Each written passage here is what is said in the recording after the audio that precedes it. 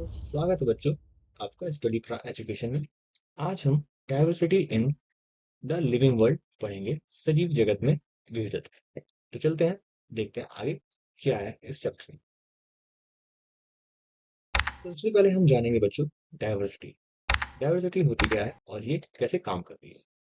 तो पहले मैं ये बताने से पहले कि डाइवर्सिटी होती क्या है, पहले मैं आपको थोड़ा सा बता दूं कि हम इंसान हैं, हमारे आसपास जानवर होते हैं, डॉग्स, ये सब। और जब जंगल में जाते हैं तो हमें और भी तरह के एनिमल्स मिलते हैं। तो हम यहाँ पर ये देखते हैं कि अलग अलग जगह पर हमें अलग अलग जीव जंतु देखने को मिलते हैं, डिफरेंट डिफरेंट एनिमल्स देखने को मिलते हैं। तो ये क्या है बच्चों, ये डाइवर्सिटी का बहुत इजी सा एक एग्जाम्पल है। तो अब यहाँ पर हम थोड़ा सा इसके बारे में देखते हैं। तो जैसे मैं यहाँ पर फोटो में बता देता हूँ कि ये कहाँ पर रहते हैं, आप देख के झट से बता देंगे। ये पानी के अंदर रहने वाले, समुद्र में रहने वाले जीव हैं। ये जमीन पर और ये आसमान में उड़ते हैं, लेकिन रहते जमीन पर ही है, पेड़ों पर रहते हैं। तो देखते हैं बच्चों विविधता, diversity, the variety of life on earth. The variety of life on earth encom- encom- encom- encompassing the genetic differences within species, the different species within ecosystem, and the variety of ecosystems themselves. बहुत ही आसान तरीके से मैं आपको बता दूं कि अर्थ पर जितने भी जीवित प्राणी है, मतलब जितने भी जिंदा है, जो भी कोई भी हो, चाहे कीड़ा हो या कोई भी छोटे से छोटा जीव हो या बड़े से बड़ा जीव हो, एनिमल हो, कोई भी हो, उनका एक अलग क्या बोलते हैं स्ट्रक्चर होता है। मतलब उनमें एक आनुवंशिक अंतर होता है।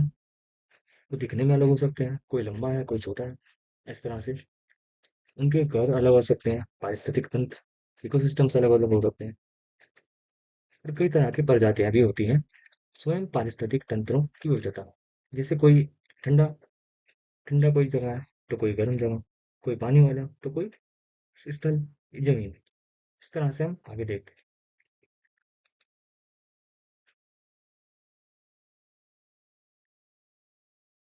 तो इसके कुछ इंपॉर्टेंट नोट्स देखते हैं बच्चों। सबसे पहले है बच्चों बायोडाइवर्सिटी। अभी हमने पढ़ा डाइवर्सिटी, अब हम डाइवर्सिटी से थोड़ा और आगे चलते हैं। अब पढ़ते हैं बायोडाइवर्सिटी। तो क्या है biodiversity? The variety of plants and animals found in a particular region is called biodiversity. कोई भी इतना बड़ा चीज नहीं है, मैं आपको बता दूं कि जो भी पौधे या जानवर किसी भी पर्टिकुलर एरिया, या मतलब मान लो कि एक आम का बाग है तो वहाँ कौन से पेड़ होंगे, आम के ही पेड़ होंगे। जो अमरूद का बाग है तो वो अमरूद के ही पेड़ होंगे। तो ये उनकी क्या है, जैव विविधता। ठीक है, अब हम आगे चलते हैं। अब हम देखेंगे कि इनके अंदर भी किस तरह से हम प्लांट्स को बांटते हैं। सबसे पहले हम बांटेंगे प्लांट्स को। ठीक है,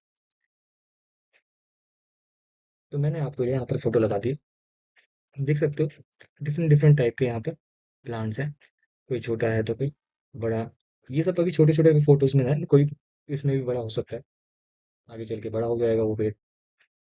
और कोई साइज में हमेशा उतना ही रहेगा, छोटा ही रहेगा। सबसे पहले हम ग्रुपिंग ऑफ प्लांट देखते हैं। ठीक है, पौधों का वर्गीकरण। सबसे पहले क्या आता है बच्चों, हर्ब्स, जड़ी बूटियां।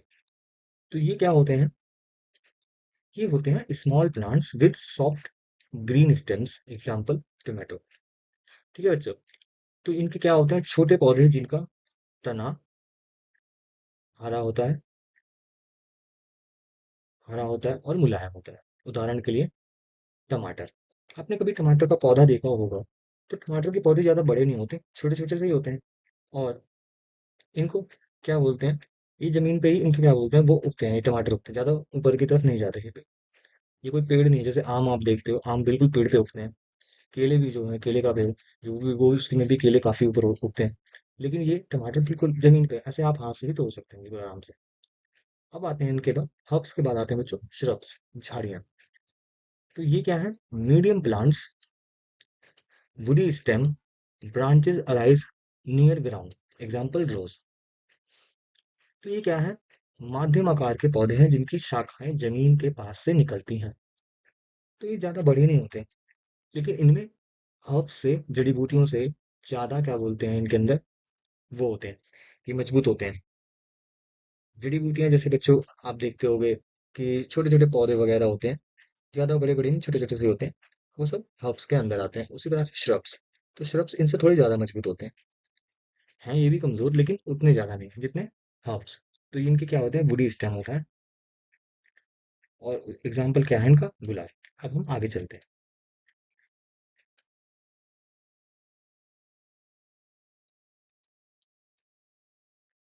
तो अब हम देखेंगे बच्चों,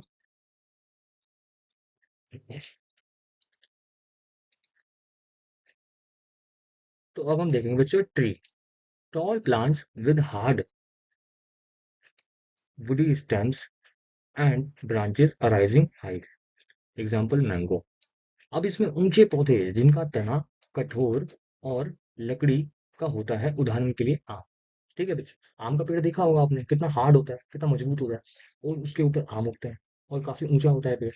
ये हर्ब्स, श्रब्स, इन दोनों से भी ज्यादा बड़ा है। ठीक है, इसमें और ज्यादा मजबूती है, ये बहुत हार्ड होते हैं। ये ट्रीज आपने देखे ही होंगे, आपके स्कूलों में होंगे, आपके घरों पे भी होंगे, आसपास पार्क में, इन सब जगहों पर भी आप देखते हैं। अब आते हैं बच्चों क्लाइंबर्स। तो नाम से ही यहाँ साफ को पता लग रहा होगा, क्लाइंब का मतलब क्या होता है बच्चों, चढ़ना। ठीक है, जैसे अब मैं यहाँ पर एक जैसे एग्जांपल के तौर पे यहाँ पर मनी प्लांट लगा रखा है। आपने मनी प्लांट देखा होगा, घरों में लगा होता है अक्सर। तो मनी प्लांट क्या होता है, ऐसे ऐसे ऐसे ऐसे ऊपर की तरफ जाता है। लेकिन क्या ये अपनी मदद से जाता है? क्या इसमें अपने आप से इतना पावर होती है कि अपने आप चढ़ जाए किसी भी चीज पे? नहीं।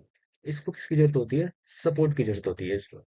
चाहे वो आप यहाँ से कुछ बांध के दे दें, जैसे हम कई देखते हैं घरों में कि वहां से रस्सी से बांध के ऐसे ऊपर की तरफ रख देते हैं, और यहाँ पर ये धीरे धीरे धीरे धीरे धीरे धीरे ऊपर चढ़ते रहती है।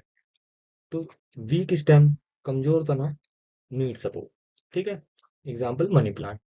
कमजोर तना होता है और सहारे की आवश्यकता होती है। अब आते हैं बच्चे क्रीपर्स पे, भूमि पर फैलने वाले। तो अभी हमने देखा क्लाइंबर्स, लताएं। अब हम देखते हैं बच्चों क्रीपर्स। ये देखो, मैंने यहाँ पर पंपकिन, कद्दू या सीताफल का यहाँ पर मैंने एक चित्र लगा रखा है, फोटो लगा रखी है। इसके अंदर ये जमीन पे ही उग रहे हैं। इससे ये पता चल सकता है कि ये पौधे, इन पे उगने वाले फल, ये सब जमीन पे ही रह के उगते हैं। इनके बहुत ज्यादा कमजोर होते हैं, इवन ये चढ़ भी नहीं सकते अपने आप। इनको खुद ही मेंटेन करना होता है, हाथों से ही इनके ये क्या बोलते हैं, लताओं को, बेलों को अलग अलग करके आप ऊपर रखते हैं। ये अपनी अपनी मर्जी से नहीं चढ़ सकते। लेकिन क्लाइंबर्स अपनी मर्जी से सपोर्ट मिलते साथ ही चढ़ जाते हैं। ठीक है, लेकिन क्रीपर्स के साथ ऐसा नहीं है। ठीक है बच्चों। बच्चों, अब हम पढ़ने वाले हैं लीफ वेनेशन, पत्तियों की शिराएं। और उसके बाद हम देखेंगे रूट्स। उसके बाद देखेंगे उनके टाइप्स। फिर उनके बाद इनके बीच रिलेशन क्या क्या है, ये देखा है हम। तो सबसे पहले देखते हैं कि लीफ वेनेशन होता क्या है। पत्तियों की शिराएं। तो जो जैसे यहाँ पर पत्तियों, कई तरह के पत्ते देखे होंगे आपने, एक्टिविटी भी की होगी कभी, कभी ना कभी आपने जरूर एक्टिविटी की होगी कि अलग अलग पेड़ के आप पत्ते लगाते हो। तो आपने एक चीज नोटिस की होगी, ये चीज देखी होगी कि वो पत्ते अलग अलग होते हैं। कोई पत्तों में एक अलग तरह का पैटर्न होता है, किसी पत्ते में एक अलग तरह का पैटर्न होता है। तो इसी को ही, इस पैटर्न की जो बदले बदले, जैसे इसमें एक पहला पैटर्न है वो रेटिकुलेट वेनेशन, जालीनुमा शिरा है।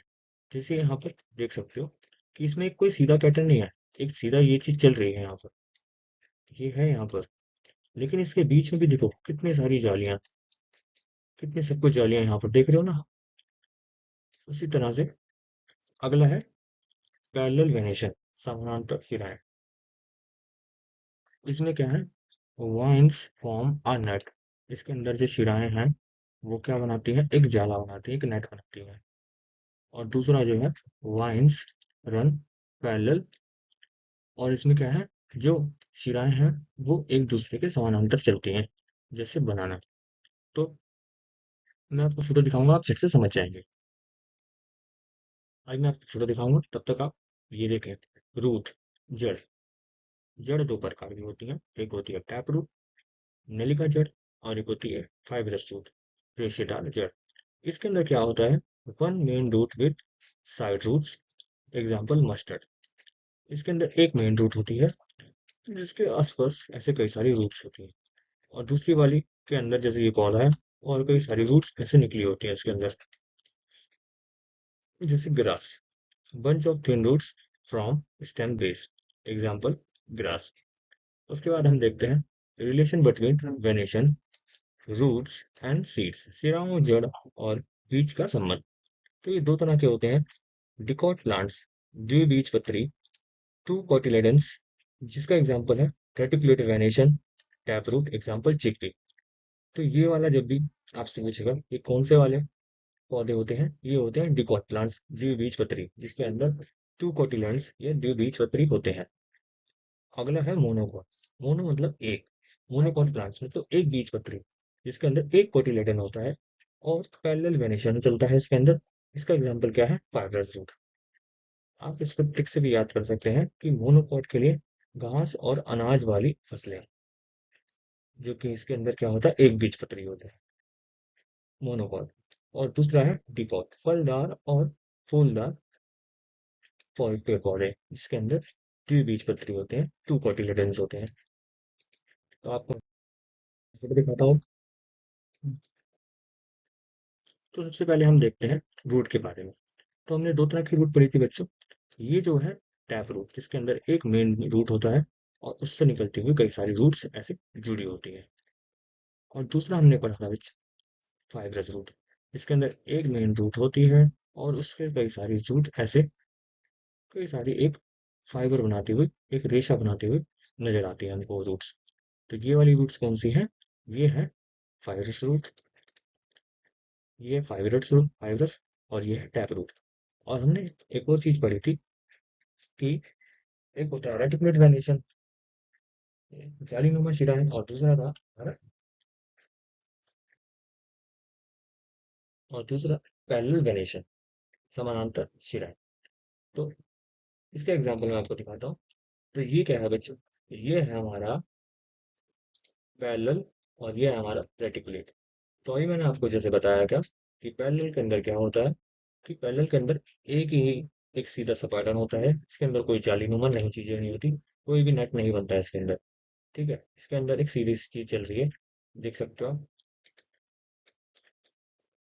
ये जो एक पैटर्न है बिल्कुल सिंपल, और वही फॉलो होता चलता जा रहा है। लेकिन इसके अंदर ऐसा नहीं है, इसके अंदर ऐसा नहीं है। ये रहा मेन हिस्सा और सेम टू सेम पैटर्न चल रहा है, लेकिन हम देख रहे हैं इसके बीच में भी कई सारे जालियां हमको नजर आ रही हैं। यहाँ देखिए, इधर देखो, ये सब पे क्या नजर आ रहा है आपको, कई सारी जालियां नजर आ रही हैं।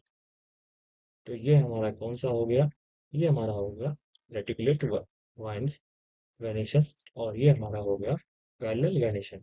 ठीक है, और ये हमारा होगा टैप रूट, जिसके अंदर एक मेन रूट होता है और कई सारी छोटी छोटी सब रूट्स इससे जुड़ी होती हैं। और ये हमारा फाइब्रस रूट, जिसके अंदर ऐसे कई सारे जड़ें होती हैं, जो एक घास है। ठीक है, और हमने एक चीज और भी पढ़ी थी, ये वाले जो होते हैं, ये होते हैं मोनोकॉट, यानी एक बीजपत्री, एक कोटिलेडन। और ये है हमारा टैप रूट, यानी कि हमारा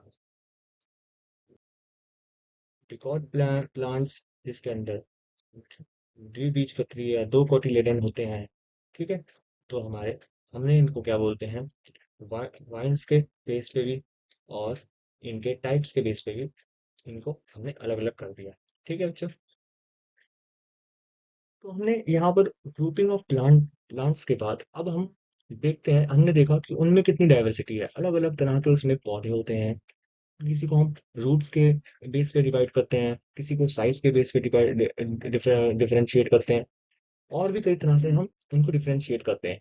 देखा हमने कि कोई डिकॉट प्लांट्स है तो कोई मोनोकॉट प्लांट्स है, जिसमें डिकॉट प्लांट्स में टू कोटिलेडन्स हैं, और मोनोकॉट में वन कोटिलेडन है। उसी तरह से अब हम करेंगे एनिमल्स की ग्रुपिंग करेंगे, जानवरों का वर्गीकरण करेंगे। ठीक है, तो ग्रुपिंग ऑफ एनिमल्स, जानवरों का वर्गीकरण। ठीक है, तो देखते हैं हम, सबसे पहले हम किसे करेंगे, बेस्ड ऑन मूवमेंट, गति के आधार पे, चलने के, क्रॉल के, रेंगने के, उड़ने के और तैरने और उछलने के।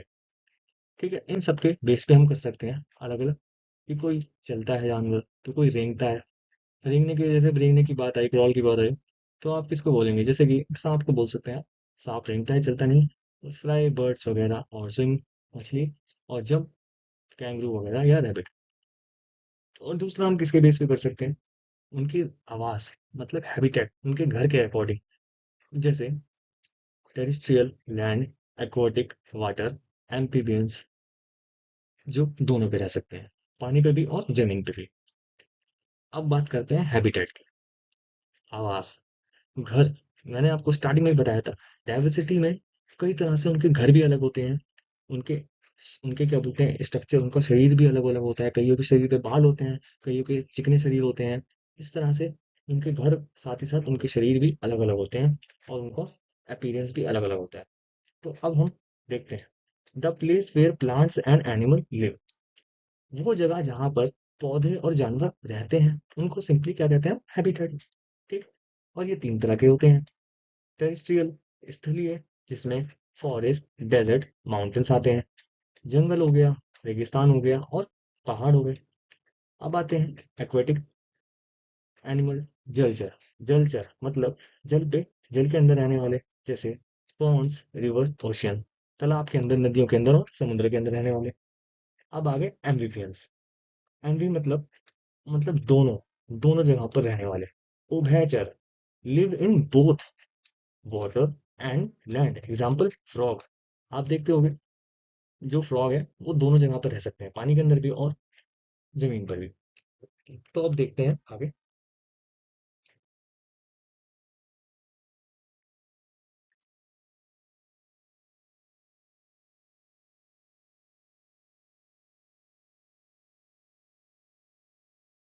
जैसे कि हमने देखा कि यहाँ पर ये जो हमारा है, हाथी देख लो। हाथी आपको पता है कहाँ, जमीन पे रहते हैं।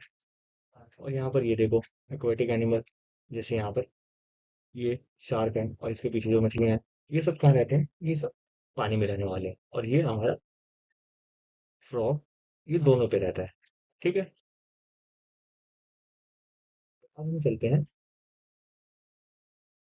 अब हमने इनके जगह देख लिया, एनिमल्स का। अब हम देखते हैं अलग अलग जानवर उस जगह पर रहते कैसे हैं। पेड़ पौधे, जानवरों के साथ साथ पेड़ पौधे, ये दोनों में कैसे रहते हैं। तो अब हम देखते हैं अडेप्टेशन, अनुकूलन। आपने बच्चों देखा होगा कि जो ठंडे इलाके में रहने वाले जो जानवर होते हैं, उनके शरीर पे बाल बहुत सारे होते हैं। बहुत घने बाल होते हैं उनके शरीर पर। क्यों? क्योंकि वो इलाका ठंडा है। इसलिए वो अपने आप को ठंड से बचाने के लिए, उनको नेचर ने क्या दे दिया, उनको एक एक स्वेटर दे दिया, एक जैकेट दे दिया उनको, कि ये लो, तुम्हारे शरीर पे बहुत सारे बाल आ गए, इसके कारण तुम ठंड नहीं लगेगी। और उनके पाँव बहुत ज्यादा चिकने होते हैं, जिससे जो ठंड है, बर्फ है, उस पर भी आराम से वो चल लेते हैं, जिससे उनको पाँव भी नहीं जमते बर्फ के कारण।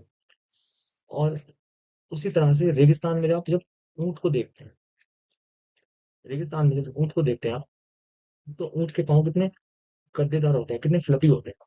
वो जब जाता है, ऊंट चलता है, तो उसको हीट महसूस नहीं होती। अगर आप नंगे पाँव अगर एक बार रेगिस्तान के धूप में निकले, तो बहुत ज्यादा गर्म लगता है, लेकिन वो नंगे पाँव चलते हैं, कोई जूता नहीं, कोई चप्पल नहीं। ठीक। क्यों? क्योंकि उनको नेचुरली नेचर ने वो शूज, वो जूते दे रखे हैं उनको पहले से ही। तो ये कहने का मतलब यहाँ पर है कि अलग अलग जानवर अपने जगह के हिसाब से अपने आप को ढालते हैं, अडेप्ट करते हैं। अनुकूलन बोलते हैं जिसको हम। Special features that help organism survive in their surroundings.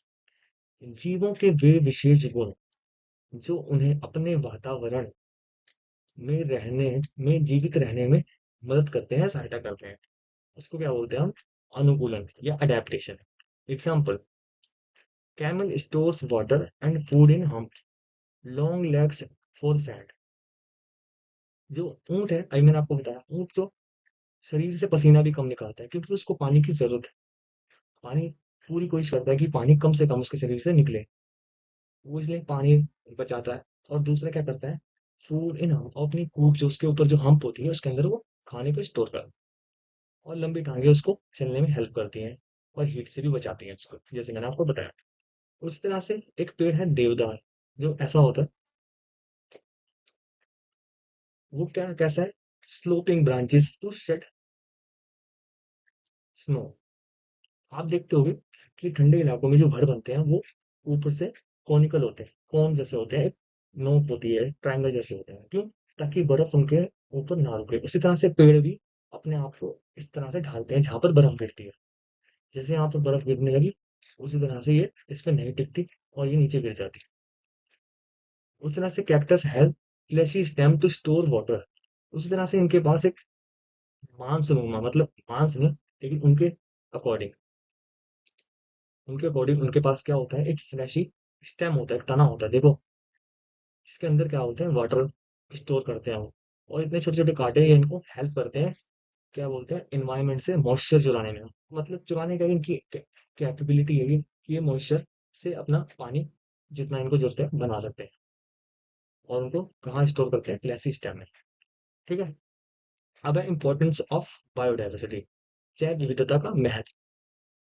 Provides food, shelter, oxygen, balance in nature. तो हमको खाना मिलता है, रहने की जगह मिलती है, ऑक्सीजन मिलता है, और एक बैलेंस है, एक संतुलन बना के रखते हैं। मान लो कोई भी जीव अगर ज्यादा हो जाए, मान लो आप में दुनिया में हाथी बहुत ज्यादा हो जाए या शेर बहुत सारे हो जाए, तो क्या दूसरे जानवर रह पाएंगे? नहीं रह पाएंगे। इसलिए हर कोई जानवर एक दूसरे को कंट्रोल करता है। और छोटे छोटे कीड़े मकोड़े, मान लो बहुत सारे छोटे मोटे कीड़े मकोड़े हो गए, बहुत सारे लाखों करोड़ों अरबों जिनकी इंसानों से भी ज्यादा संख्या हो गई है उनकी, तो क्या वो दूसरे जीवों को रहने देंगे? नहीं। इसीलिए नेचर ने एक बैलेंस बना के रख रखा है कि हर जीव दूसरे जीव को कंट्रोल करता है। Interdependence among plants and animals. ठीक है। उन दोनों से क्या होता है, एक दूसरे पे वो निर्भर होते हैं, एक दूसरे पे डिपेंडेंट होते हैं। ठीक है। प्लांट्स और एनिमल्स,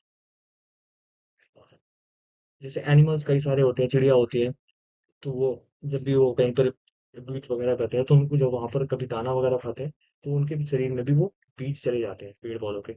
और वो एक नेचुरली क्या करते हैं, उनको ऊपर फसल उगा देते हैं एक तरह से। एक तरह से वो बीज जगह जगह पहुंच जाते हैं।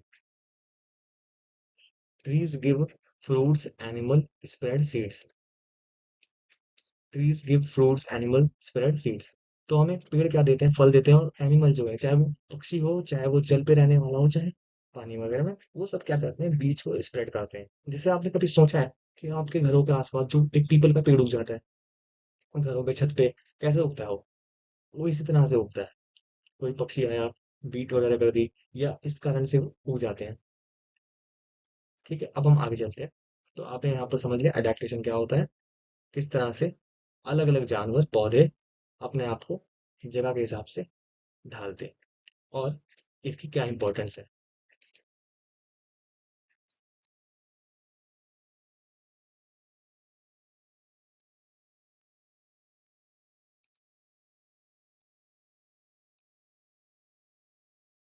अब बताओ। अब हम धीरे धीरे जिस तरह से हम ग्रोथ हो रही है हमारी, हम धीरे धीरे कार बना रहे हैं, धीरे धीरे और भी चीजें बनाई हमने, तो हमने अपनी फैसिलिटी बढ़ाते गए, लेकिन साथ ही साथ इससे नेचर को बहुत ज्यादा नुकसान भी होने लगा। कई सारे आप देखते होंगे, अभी आप गिद्ध, एक वल्चर जो है, अब वो जो पक्षी वो आप नहीं देख पाएंगे, क्योंकि वो बहुत कम बचे। क्यों? क्योंकि वो अब रह ही नहीं गए, इंडेंजर स्पीशीज में आ चुके हैं वो। खतरा है उनको, अब वो खत्म होने के कगार पे। उसी तरह से एक ये पक्षी है, ग्रेट इंडियन बस्टर्ड, जो कि इकोसिस्टम को इकोसिस्टम में बहुत इंपॉर्टेंट पक्षी है। ये छोटे छोटे कीड़ों को खाता है और मेंटेन रखता है, इनकी संख्या नहीं बढ़ती। जैसे देखो, loss of biodiversity is the decline in the number, variety and genetic variability of living organism in an ecosystem और अक्रॉस द ग्लोब। जैव विविधता की हानि किसी पारिस्थितिकी तंत्र या पूरे विश्व में जीवित जीवों की संख्या, विविधता और अनुवांशिकी परिवर्तनशीलता में गिरावट है। तो मैं जैसे यहाँ पर इकोसिस्टम भी खराब होता है। मान लो वहां पर अब समुद्र है, समुद्र में कौन से जानवर हैं, कौन से जीव रहने चाहिए, तैरने वाले। अब वो समुद्र खाली होता चले जाएगा, धीरे धीरे वो पानी भी खराब, सब कुछ, उसका कोई इस्तेमाल ही नहीं है। अब अब आगे चलते हैं, देखो, उनकी संख्या कम होती है, जिससे क्या होता है, डाइवर्सिटी पे इफेक्ट पड़ता है, विविधता भी नहीं बचती, और अनुवांशिक परिवर्तनशीलता भी होती है। ठीक है। जैसे इसका कारण क्या है, cutting forest and destroying habitats, leads to extinction.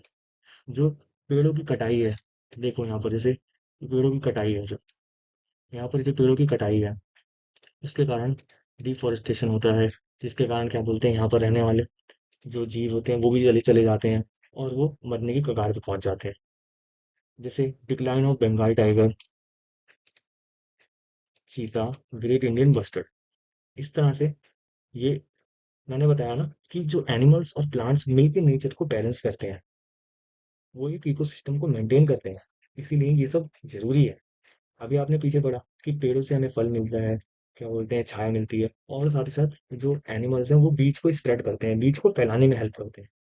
इसीलिए ये इकोसिस्टम और बायोडायवर्सिटी के लिए बहुत ज्यादा इंपॉर्टेंट हो जाते हैं। ठीक है बच्चों। तो